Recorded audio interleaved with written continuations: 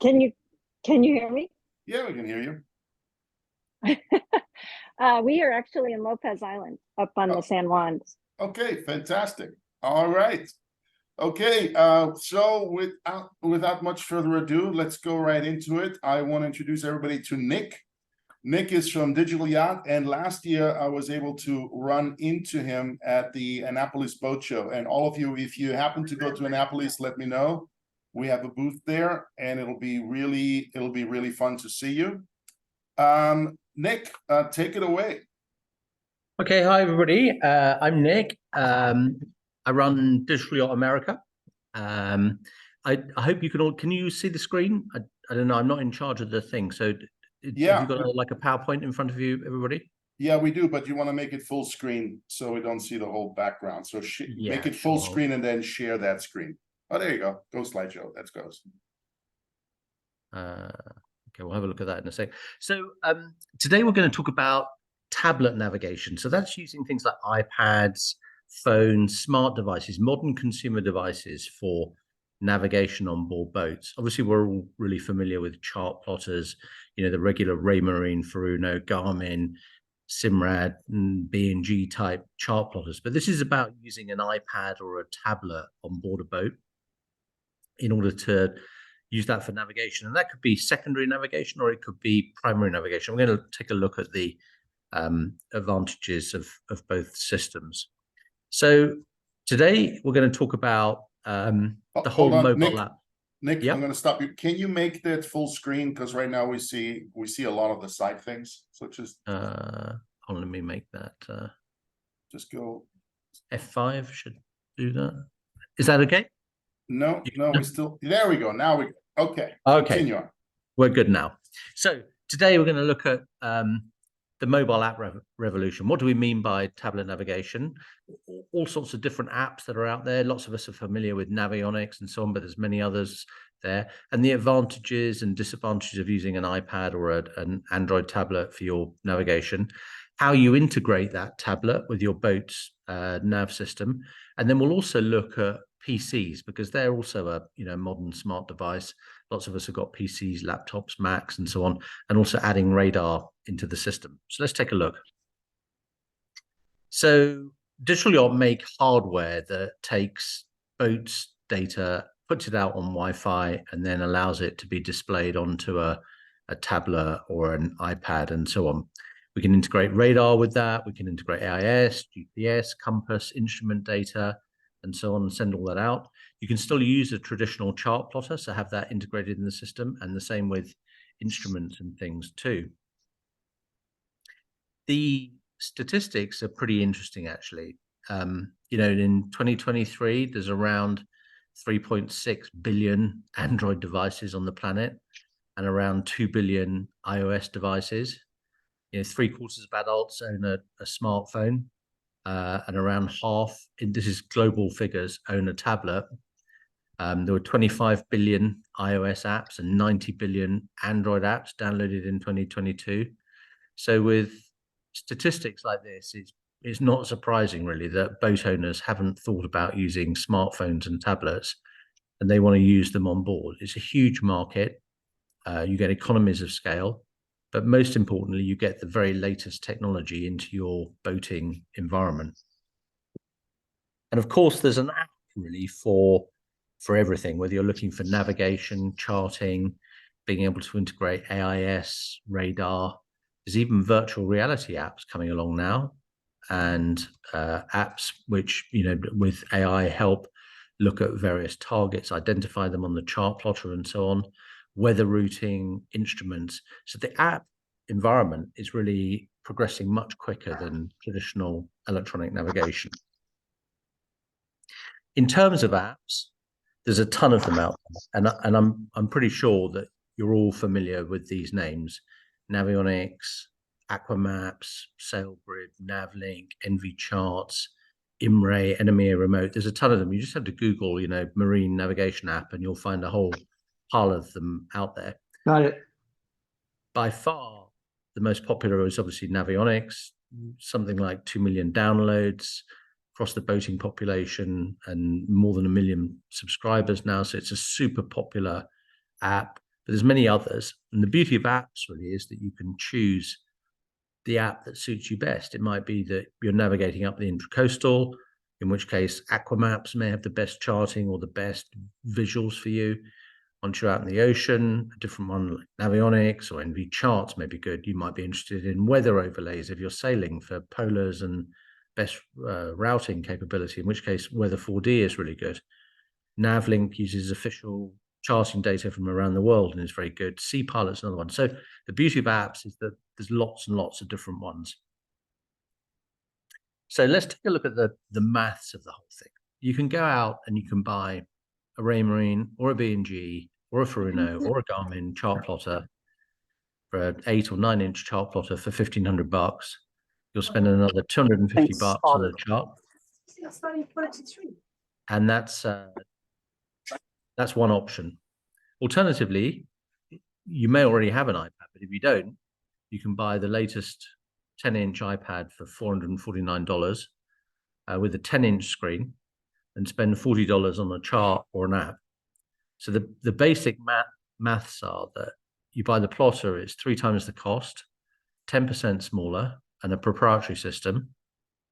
Alternatively, you can buy an iPad where you've got a huge cost advantage.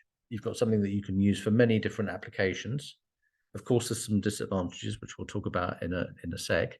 But fundamentally, you know, with such a big price difference, like a 3-fold price difference in terms of price, I think it's worth looking at the iPad or tablet type solution. So the advantages are basically with an iPad, you get a choice of apps, which also means a choice of charts. So you can pick an app that suits your particular cruising area. If you want to cover, you know, specific areas like the Bahamas, most of the major manufacturers like CMAP and Navionics who are making charts may not have necessarily the best possible charts. For instance, if you're going across to France, French Navigation Authority, CHOM, have fantastic charts, very low cost. You can't get them necessarily on your chart plotter, but you can on a tablet and so on. So charts vary in cost from free. There's apps like OpenCPN where they have, you know, free charts, to cheaper versions of the mainstream plotter versions like Navionics and CMAP. The other great thing is that there's never a handbook delivered with an iPad or an Android device, and that's because they're relatively intuitive to use. Oh, I'm sorry, the dog's on a mission. So I think that's the other thing. You know, when you turn on a chart plotter, you've got to go into a lot of menus and things, whereas with an iPad or a tablet, it's relatively simple to zoom around the screen. You can quickly access functions. Everybody's familiar with that tap and point approach. And then perhaps most importantly, you've got internet connectivity. So that means you can update charts in real time. You can update the app if there's a bug or a fix or a new feature. And you can also share your marks, your routes, community edits, your location and things with other users. That's available in most apps, which is a nice feature to have. So in terms of, you know, progressive technology and things, an iPad or a tablet really brings a lot more to the table. The disadvantage, however, is that they're not built necessarily for the marine environment. I mean, my new iPad that I've got is actually waterproof. It's super tough. I drop it, it survives, but it's not as rugged as a dedicated installed product. So ruggedness is definitely an issue. The other thing is viewability. You know, they don't have as bright a screen. They're not sunlight bonded TFT screens, although again, the new range of products are like super bright now, but they get hot, and you probably all experienced your iPad getting hot and then it says it needs to shut down for 10 minutes. They're things that you don't get with a regular bit of hardware in a marine environment. They also need powering, so you've got to think about how you power the unit on your boat, how you connect to the boat's DC system to charge it up. And you've also got to think how you mount it, because they're not mounted like a traditional chart plotter would be outside in the binnacle. But what tablets can't do out of the box is integrate with your boat's system. They need a little interface between the boat system and themselves, and that's what we do at Digital Yacht. So we make these wireless devices that are, circled in there in the red that integrate with your boat system and get data out of the boat wirelessly into the tablet. So you can bring in depth data. You can integrate with your VHF. You can bring in live AIS data. You can also work below deck, which is really important because traditionally you'll use the GPS, which isn't very good inside the tablet, for your main navigation source. Once you're integrated with the boat system, you're using your main GPS, which is much more accurate and so on the boat, with those charting apps. And you can integrate wind, depth, speed, compass data, and so on. So the solution is really to combine your iPad tablet with your chosen app together with the bits and pieces that you've got on your boat. And what we do as Digital Yacht is to get that data out into your tablet. And we do that in 2 or 3 different ways. There's basically 2 formats of interfacing on board a boat: NMEA 0183, which was used by older products, and NMEA 2000, which is the current standard, far more open, bigger. You can have multiple devices on the network and so on. And we make 2 different wireless servers that plug into those networks and then send data out wirelessly across to multiple tablets that are connected. So all your crew, friends, and so on connect onto the boat. And we also do wired devices as well, like the little cable in the middle, and that can wire into those NMEA networks and then plug into a PC. But if you're using a mobile device like a phone or a tablet and so on, you really want to be connected wirelessly. You don't want some cable hanging out at the end, different with a PC and so on. But for a mobile device, you definitely want to be able to move around and so on. So these are the type of devices that we do. I'm keen not to make this into some sort of Digital Yacht documentary. I want to give you an overview of just how you can do tablet navigation on the boat. So I'm not going to talk about features and functions and bits and pieces of product. You can check all that out online and see what happens. This is more about a big picture of using a tablet for navigation on board. So how does it work? Basically, you feed NMEA data into these devices. They convert it into a method that apps can install and send it out over the Wi-Fi network. Apps generally don't understand NMEA 2000 data. So devices like our Navlink product have to convert that data into something that apps can understand. So actually apps are still using a lot of the old legacy format. But once you've got that data into the iPad or tablet, multiple apps can then use that to work on it. And it's raw data. So it's numeric data. So it's your raw GPS position, your raw boat speed, your raw depth speed. It's not a copy of what's on your chart plotter. It's actually the raw numeric data.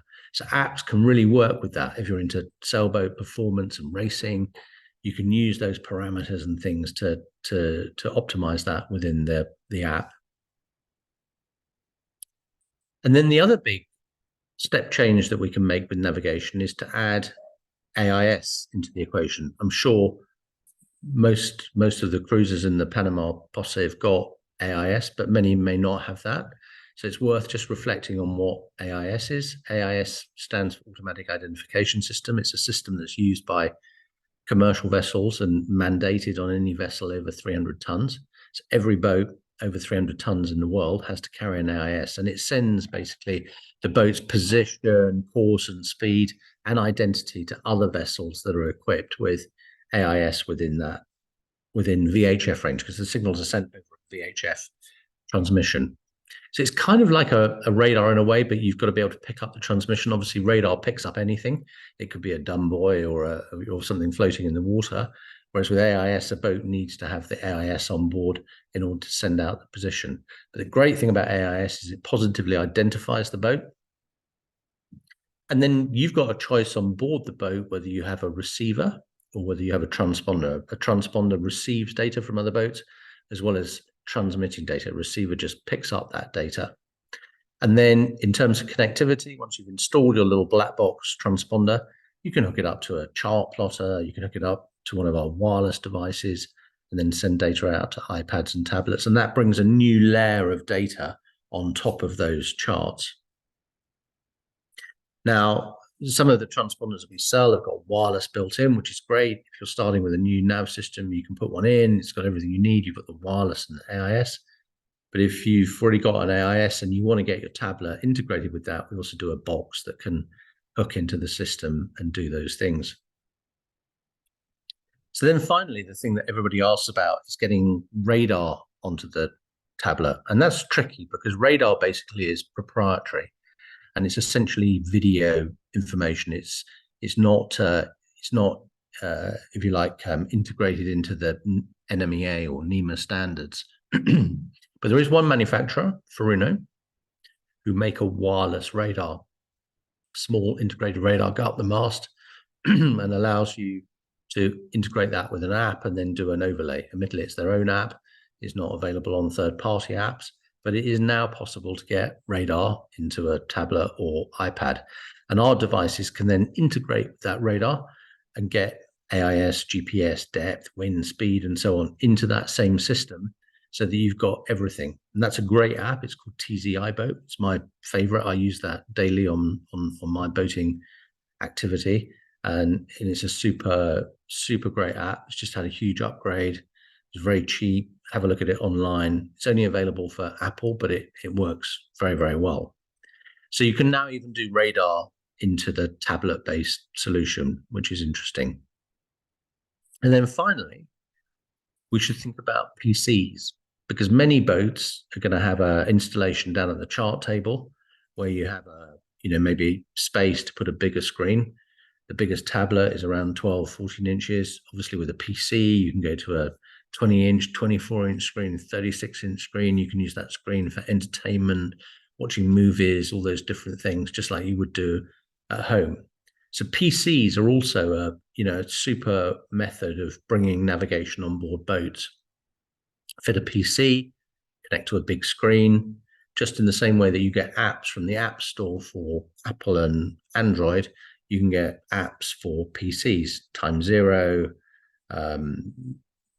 Smarter Track, PC Plotter, Euronav, C Pro, Coastal Explorer. There's a ton of PC apps out there as well, which are actually even more powerful than a dedicated chart plotter. They can do many more things. You can have multiple windows open, you have course up, north up charts, and you can integrate that with the boat's systems, with AIS, GPS, instruments, and so on. You can also integrate Furuno radar with that as well if you want to. And then you can also integrate tablets, iPads, have that out in the helm. So this is kind of like the real leading edge of navigation, really popular with cruising sailors because it gives you many different chart options, which we talked about before, things that people really want. PC is a relatively low-cost arrangement. We manufacture dedicated marine PCs, but you could use a laptop and things. We offer interfaces into NMEA 2000 and so on. So that's kind of the range of tablet-based navigation systems that we can do. So you can have everywhere from a basic smartphone like this with the Navionics app, right through to an iPad, and then onto a PC with multiple screens showing that data across the system. So thank you everyone for spending 10, 15 minutes tonight listening to what we're to say. You can find out more about what we do on our website. There's my phone number there if you want to give me a call direct. And as a thank you for listening, we've set up a little discount code for anybody that's interested in buying bits and pieces. You can use the POSSE 20 to get a great deal on our products and things direct. But I just wonder if anybody has any questions. Yes, Nick, let me jump in. First of all, thank you very much. This is a very good overview. Let me go into a couple of tactical questions that I'd like to understand. Obviously, you also interface with the Android, the Samsung tablets as well, not just the iPads. Is that correct? We do. And I'm sorry if I've said iPad throughout, but that's the power of Apple's marketing. They've ingrained iPad into everybody's mind. But you Okay. can use it. You can use an Android tablet as well. Obviously, the apps are different, but Yeah. you can get Navionics for Android just as you can get Navionics for iOS. The only caveat I'd say is that if you're going out and you are about to buy a new tablet, if you want a tablet to work in the marine environment, there's more apps for iOS than there are for Android. I don't know why, but that's just the way it's panned out. So Yeah. if marine is really your top priority and you're about to buy a new tablet, in the old days, you used to say, "Oh no, I'll buy an Android because it's cheaper than Apple." But actually, they're all about the same price now. So you can get a good Apple tablet or an Android tablet, whatever you choose. Both are available. But if you want the maximum opportunity, I'd say go for an Apple rather than a Samsung. But anything's available. Copy that. Second question. A lot of times when we interface over Wi-Fi, we tend to have to connect to a Wi-Fi server that then robs us of the internet at the same time. How does your application work with different apps in allowing you still to get internet? Or are you a single standalone Wi-Fi server that then does not allow me to connect easily to the internet? Or No, what that's a great protocols? question. That's a great question, actually, Dietmar. All our products can join an existing network. So if you're a boat that's got a router on board with 4G connectivity or Wi-Fi connectivity, rather than having our little box as a standalone unit, it can join your Wi-Fi network, in which case you're seamlessly connected to the internet and also to the boat's data. So you can do that. Fantastic. That's great. Thank you. Yeah, so you can do that, or you can have it as a standalone product where it just sits there serving out the data. Now, interestingly, a lot of people have a box that just sits there serving out the data, and they don't want it to join the internet side of things because they just want a very secure navigation network that they know nobody else is going to be on. They've got their 5 tablets that they're using connected to it and so on. But you've got both options there. So you can use whatever option you want. You can join another network or you can have it standalone. Fantastic. And the typical transmissions, are you doing them over TCP or UDP on the protocol side? Yeah, again, that's a good technical question. So TCP/IP is a one-to-one type transmission. So in other words, the server sends the data to a device and then handshakes the signal and says, "Yeah, I got that. It's all good." And then the data's sent and so on. So super reliable, a one-to-one type connection.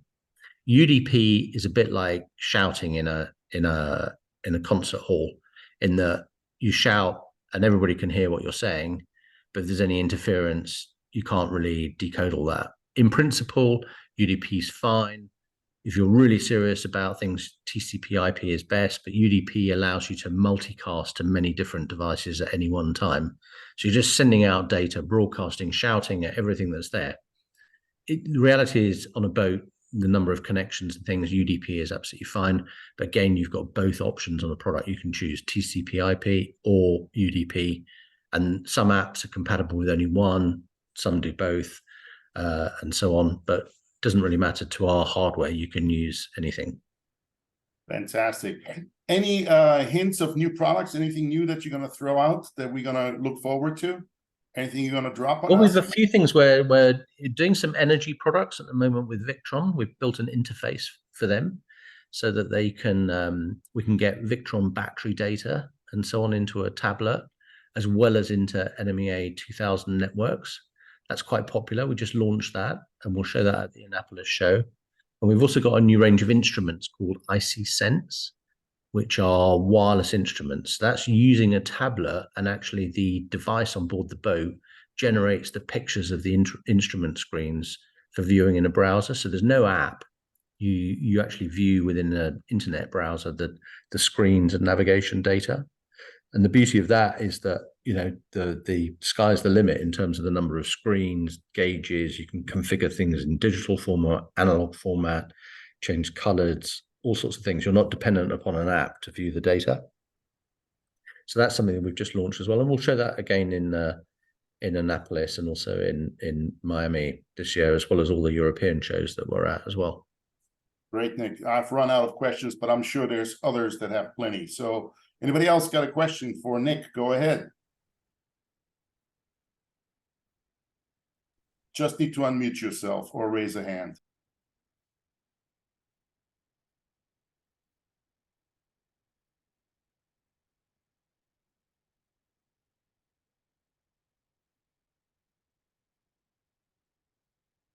All right, doesn't look like anybody's got any questions. This is your last call before we close this call. Thank you, everybody. Anybody else got any questions? Just one thing. Yes, go ahead.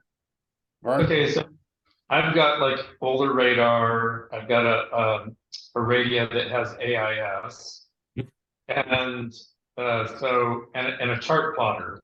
And so basically, what I'm hearing is what I would get from Digital Yacht is a unit that could hook into, say, my GPS antenna, and then Wi-Fi that data to my phone into a tablet or PC. Is that right?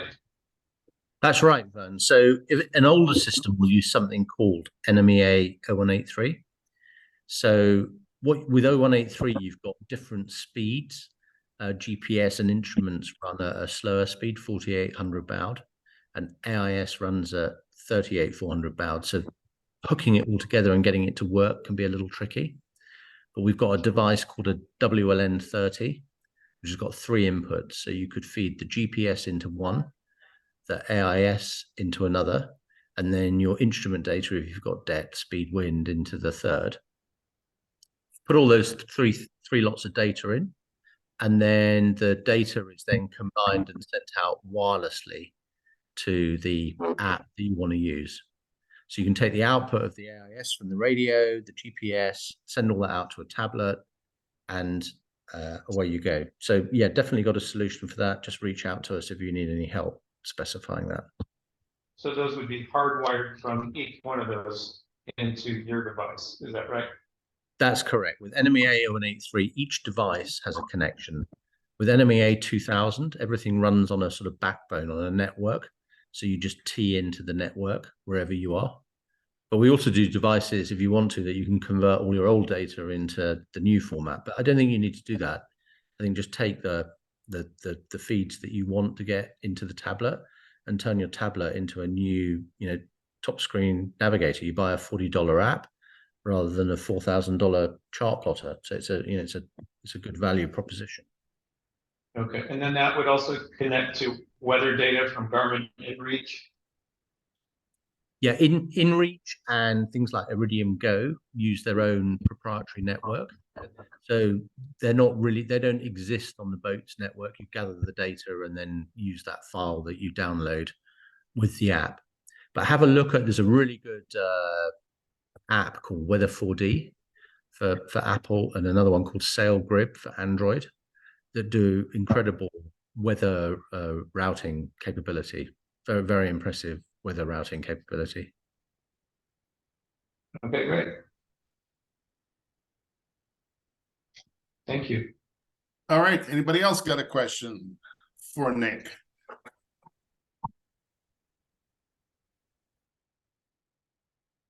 All right, well, that was easy. Nick, again, thank you very much for making the time and on your holiday.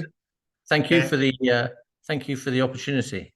No, absolutely. And we look forward to seeing you in person, and everybody's got a nice little discount. So thank you for that.